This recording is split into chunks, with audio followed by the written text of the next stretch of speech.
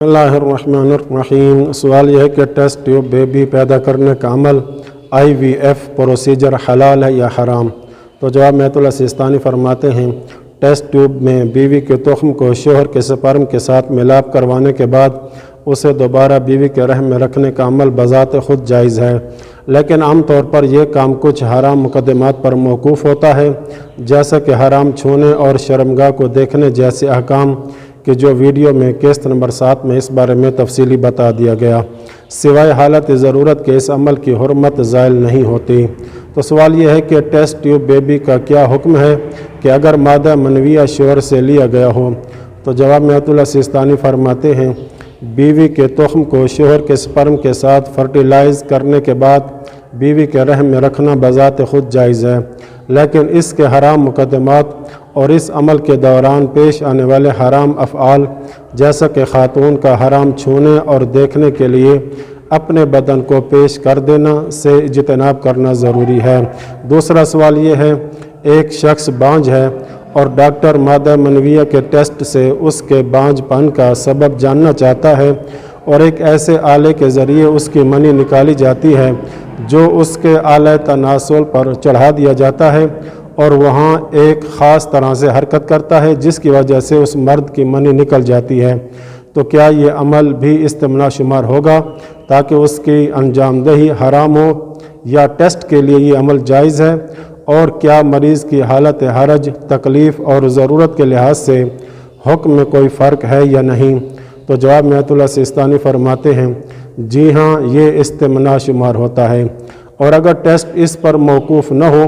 तो ये जायज़ नहीं। और इसी तरह अगर टेस्ट मनी निकालने पर मौकूफ़ हो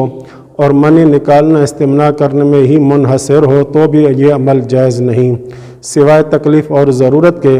और अगर मौरद सवाल में हरज और ज़रूरत में से किसी एक का वक़ू पज़ीर होना फ़र्ज़ किया जाए तो फ़कत इन दो हालतों में ये मज़कूरा अमल जायज़ होगा। तीसरा सवाल ये है,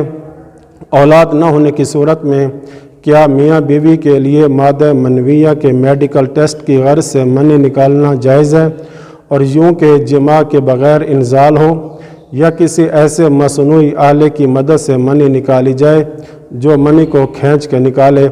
इसके अलावा ख़ातून के तुख्म को निकालने और शोहर के स्पर्म को अद्वियात के साथ तक़वियत देने के बाद उनका बाहम मिलाप किया जाए, जबकि ये सारा अमल किसी मर्द या ख़ातून डॉक्टर के हाथों अंजाम पाए, और इस अमल में मियाँ बीवी की शर्मगाह ज़ाहिर करने की ज़रूरत पड़ती है, बल्कि बाज़ औक़ात छूना भी पड़ता है। तो क्या ऐसा करना जायज़ है?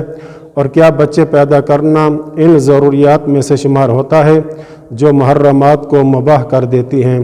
तो जवाब महतुल्लाह सिस्तानी फरमाते हैं, इस्तेमना के हराम होने में कोई इश्काल नहीं, मगर ये कि बीवी किसी तरह से शोहर की मनी निकाले तो वो हराम नहीं है।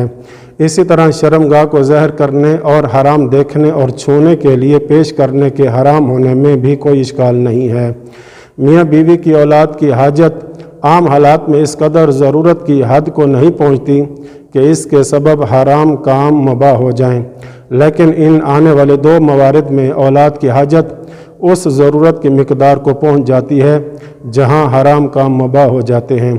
पहला मौरद ये कि जब बे औलादी ऐसे नफसियाती परेशानी का बायस बने जैसे बर्दाश्त करने और इस पर सब्र करने में उसे शदीद तकलीफ़ और हरज का सामना करना पड़े, और ऐसा बसा औक़ात फ़कत मियाँ या फ़कत बीवी के साथ, जबकि बाज़ औक़ात दोनों के साथ पेश आता है। दूसरा मौरद ये कि जब ख़ातून किसी ऐसे मर्ज़ में मुब्तला हो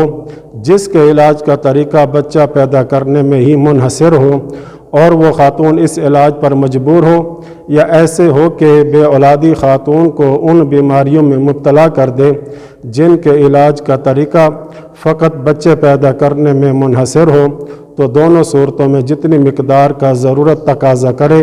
उतनी मिकदार में हुर्मत उठ जाएगी। व सल्लल्लाहु अला मुहम्मद व अहले बैतिही त्वाहिरीन।